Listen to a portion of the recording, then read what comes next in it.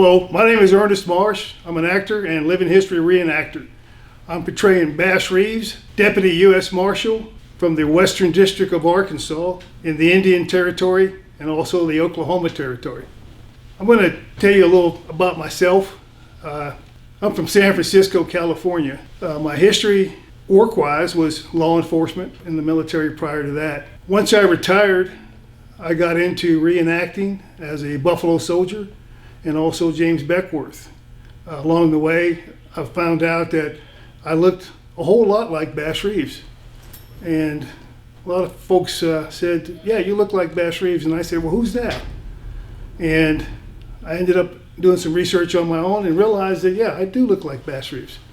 And so for the last 15 years, I've been researching and portraying Bass Reeves on film, on stage, in print, to make sure that Bass Reeves' legacy continues. Bass Reeves is a Deputy U.S. Marshal located in Fort Smith, Arkansas. Bass got his start long before he became a Deputy U.S. Marshal.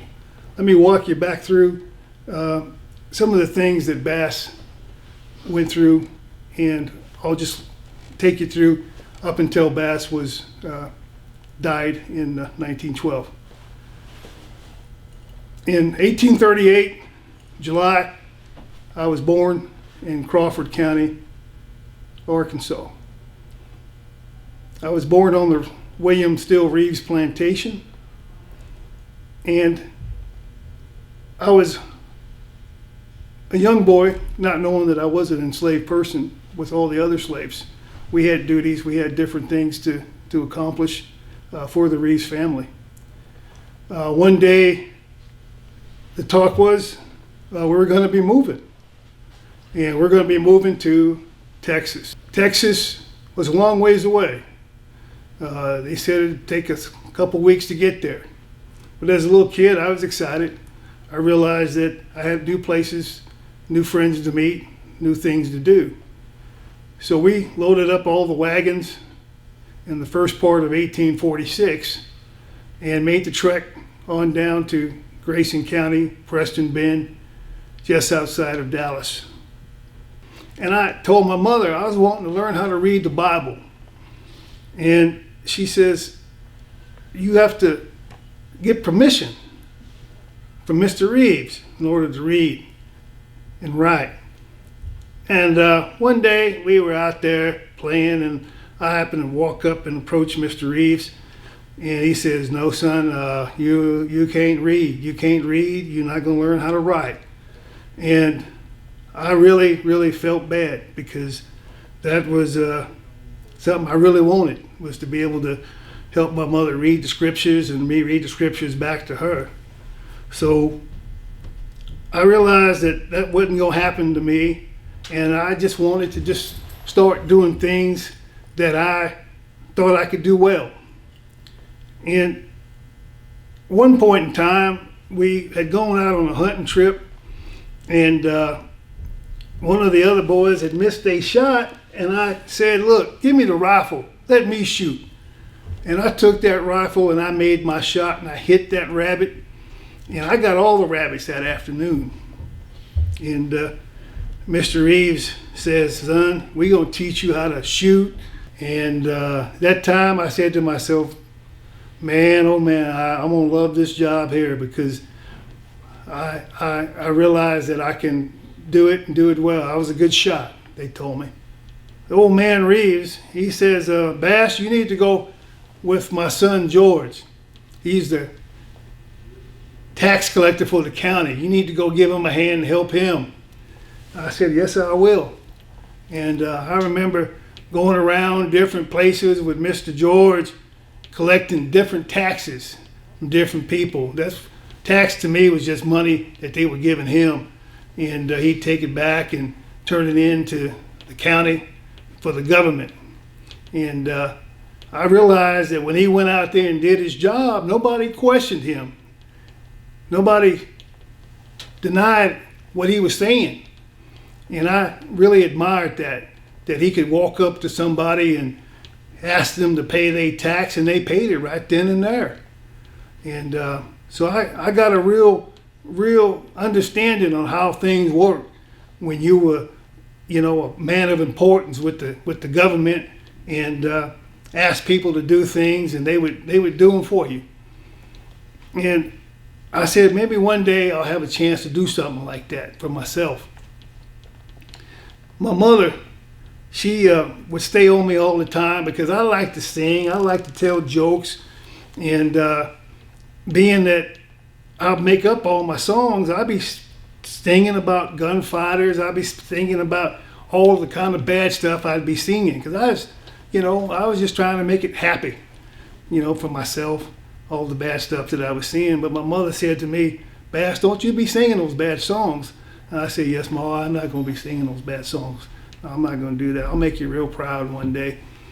And Mr. George one day come to me and say, hey, look, Bass, I got me a new job. I'm the county sheriff.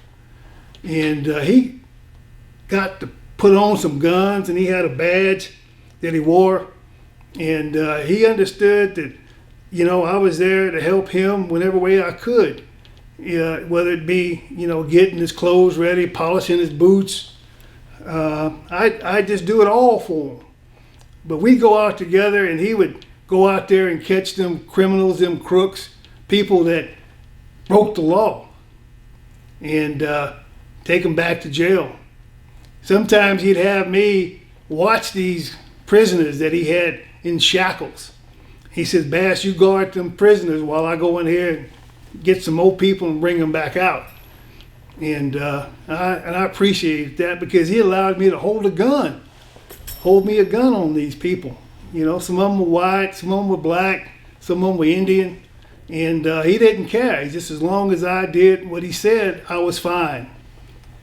Well, he was a sheriff for a couple of years until the war broke out, the Civil War. Being that we was in the South, we naturally sided with the Confederacy. Old George, he become a colonel, the Texas 11th Cavalry. And old man Reeves told me that I needed to go with Bass. He told me, he said, Bass, you need to go with my son George in the battle and make sure he comes home. I said, yes, sir, I will. I said, I will come back with Mr. George as healthy as when he left. So we left in October of 1861 there from Grayson County, and started fighting different battles against the Union, against the North, against these bluecoats, we called them. Well, one day, me and old George did like we always did. We were playing some cards, having fun. And we got into a predicament, was what I call it, because I realized that Mr. George had gone back on his word to me during this card game. I said, why would he want to do that to me? I'm nobody to him. But it meant the world to me, and I got very angry. So we had to settle it by fist. And when I did that, I realized that I was in the wrong when I did that. And I couldn't apologize to him. There was no apologizing. I done hit a colonel in the Army. And I realized that there was no place that I could stay and be safe, knowing that they was going to be punished with me, like I seen punished that was done on the other people that were back on the plantation that ran away. Because that's what I did. I run away. I ran away as far as I could until I got into what's called the Indian Territory. 5 civilized tribes is what they called me. I didn't know they were 5 tribes. I just knew them as the Choctaw, the Cherokee, the Creek, the Chickasaw, and the Seminoles. It's just, to me, they were just people that we ran across, saw every now and then. Sometimes when we were fighting in the Civil War, sometimes the Indians would be on the other side. Sometimes they'd be on our side. But these people here that I ran into after I run away seemed to like me, and I liked them. And they allowed me to stay and learn and grow in regards to their culture. It got to a point where I was speaking their language. They can understand me, I can understand them, and we become friends, become real good friends. And they said, Bass, since you're such a good shot, why don't you come fight with us? I said, I will. So I signed up with these Indian brigade, it's what they called them. And we fought in the Civil War against the South, against Mr. Reeves's people with the South. The Confederates are what they called them. And I realized now that the North had people of color that were not in chains, that were not slaves. They didn't have to obey anybody. And that made me want to fight even harder for their freedom. And I realized that there was no way that I was going to go back to Mr. Reeves or the Reeves plantation back there in Grayson County, because I was now a free man, making my own decisions, doing what I was wanting to do when I was wanting to do it, and with whom.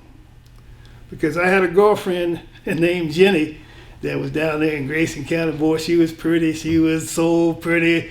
Man, oh man, she smelled like fresh biscuits coming out of the oven.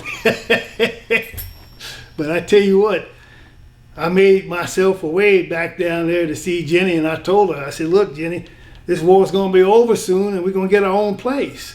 Own place there in Van Buren, over there in Crawford County, Arkansas. One day the war did end. And me and Jenny, we went back. She was already expecting the kids. I went back and got her and started building my own place over there in Van Buren. They call it the black neighborhood of that Van Buren, but that's where I built my homestead. Real nice, real nice. And I just wanted to have a place of my own, raise my family, and be like the Reeves family that I had when I was growing up. Everybody was happy. Everybody was just big family. And we started having a lot of kids. Me and Jenny, we was in love. And we had so many kids running around there. I could count on them to help out and do chores from day to day. I told them well. And I realized that I needed to make some more money and come across these marshals was coming down through Van Buren, and they was going back over in the Indian Territory. And they asked me, hey boy, do you know how to speak the languages? I said, yes, sir. I can speak Creek, I can speak Choctaw, and I can speak Chickasaw, Seminole, whatever you want me to speak. I say, some of those people are good friends of mine. I know that country like the back of my hand, like a cook knows his kitchen.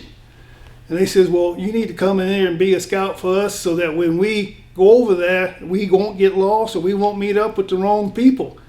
And I said, yes, sir, I will. And that's what I did.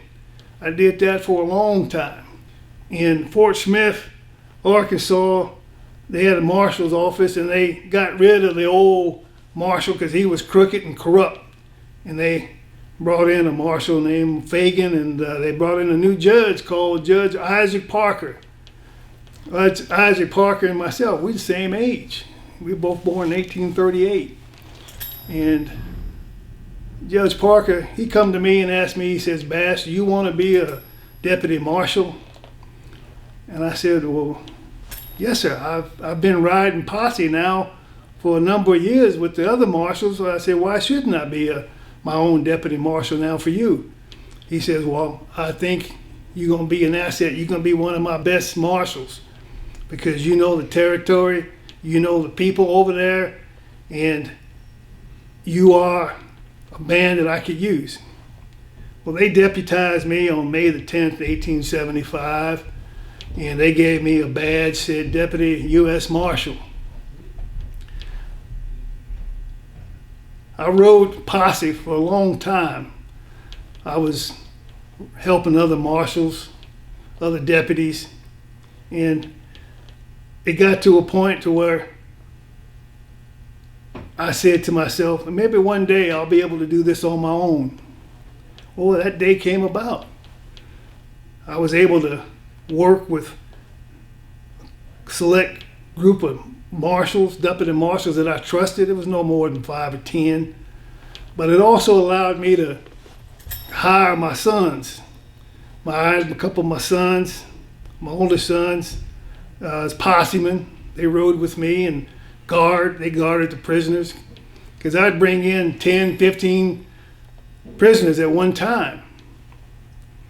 And when they would give me a warrant for these prisoners, when I left the courthouse there in Fort Smith, being I couldn't read or write, the court took it amongst themselves, whether it be Judge Parker, whether it be the Marshal Fagan, whether it be some of the other deputies. They had to read me these writs, these warrants that I had.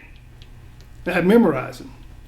I had a system where I could pull out that warrant based upon whose name was on there. I never told those people my secret. I had a secret in order to do that. Because I've been reading brands my whole life on cattle and livestock, horses. So I could read a brand. I could read a brand real good. Well, one day,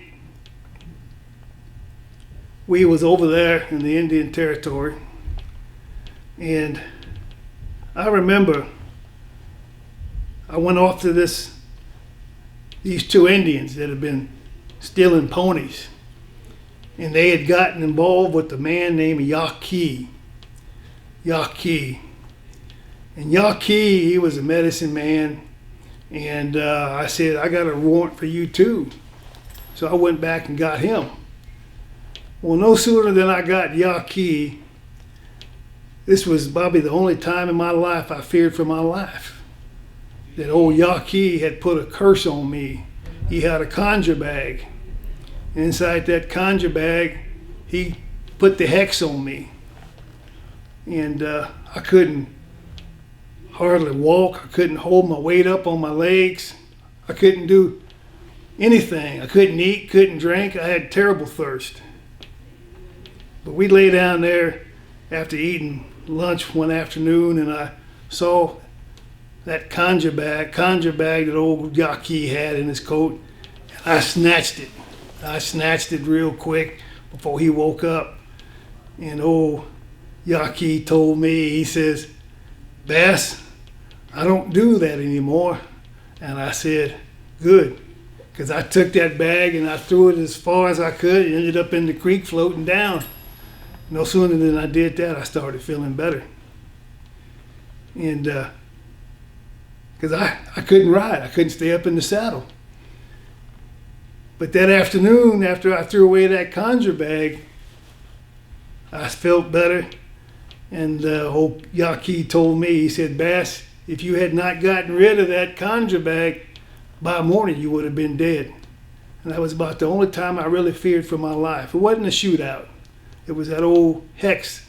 During my career as a Deputy U.S. Marshal for 32 years, I was the only marshal that served Isaac Parker his whole tenure from 1875 up until 1896 when he passed away.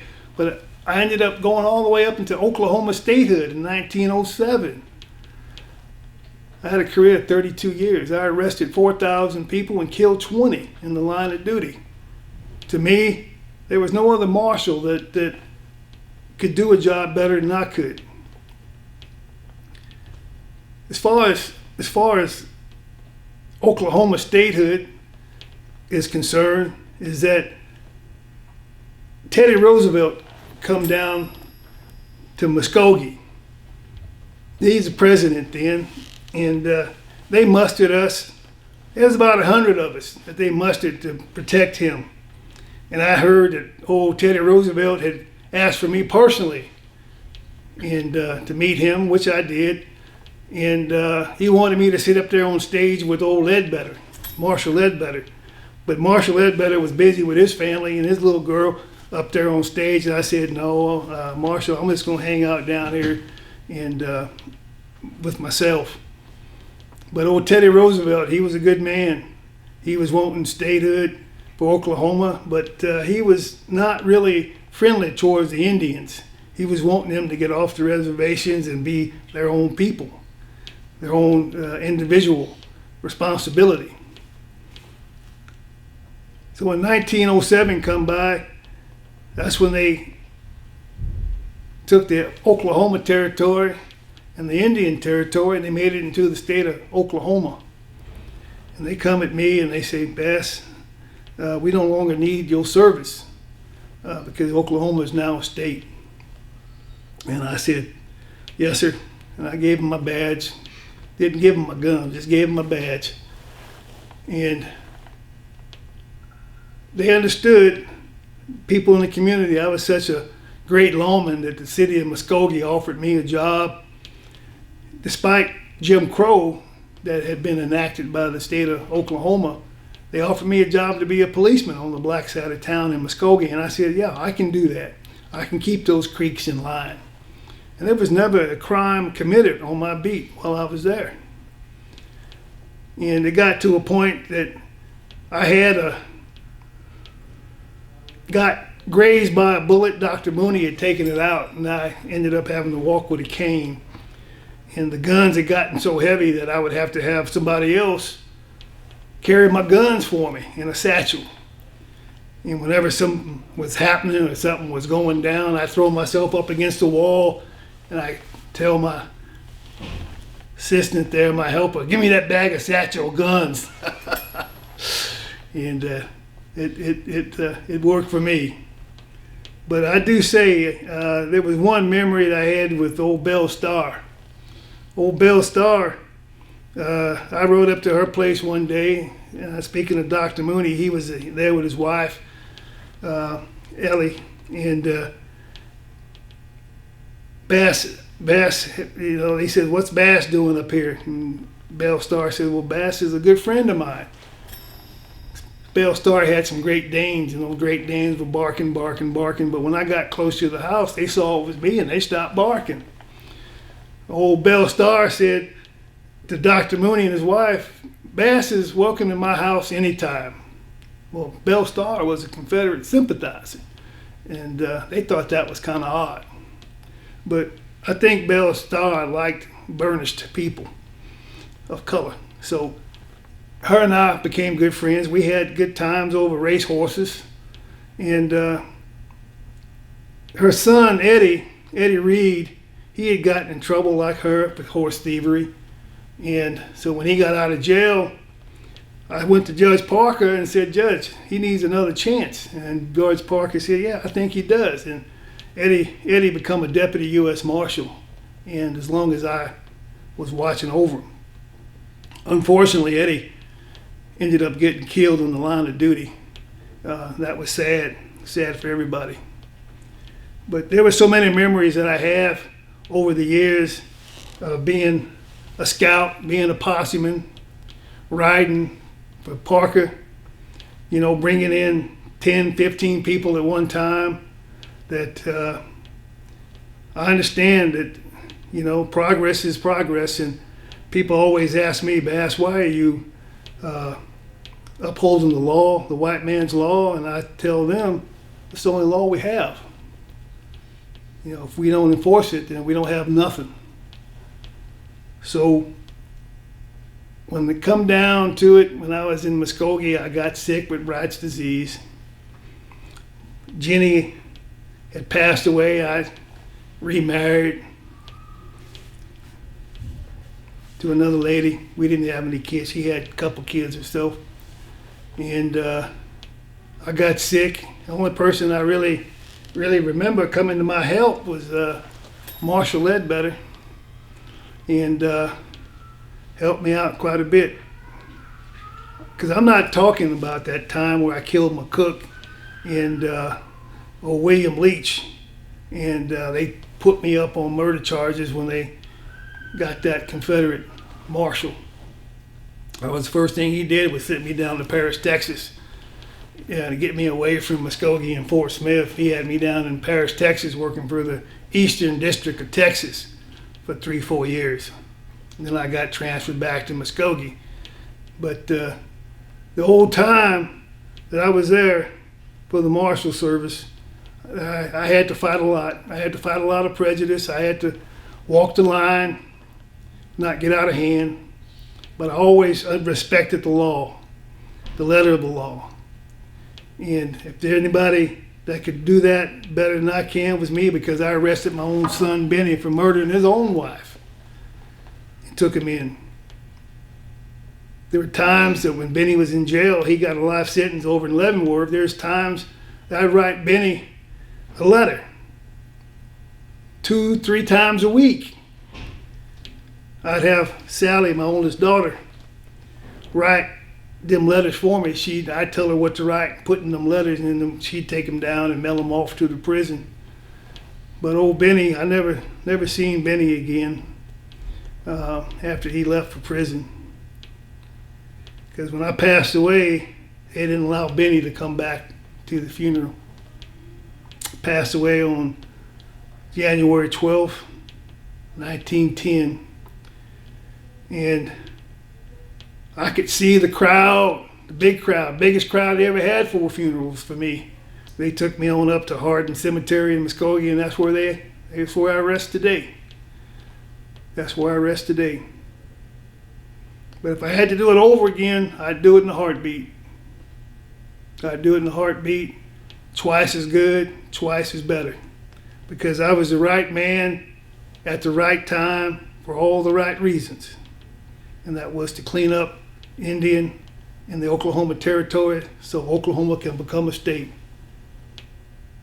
They call me one of the greatest lawmen ever in the frontier. Anyway, folks, that's my story. Bass Reeves in a nutshell, real quick like. If you want to read up on Bass, Art T. Burton has some good books. He has about 2 books, Black Gun, Silver Star, and also Black, Red, and Deadly. Bass is getting a lot of mainstream media attention right now, especially with movies, television shows that are about to come out. There's one coming out now called 1883, The Bass Reeves Story. It's put on by Taylor Sheridan and David Oello. Myself, I think that will be a great 6 episode coming out in 2023. I do a 2-act play myself called Bass Reeves at the Crossroads, and that will be in February, hopefully 2023 in Fort Worth, Texas. I am Bass Reeves. My name is Ernest Marsh, actor, living history reenactor. Thank you very much.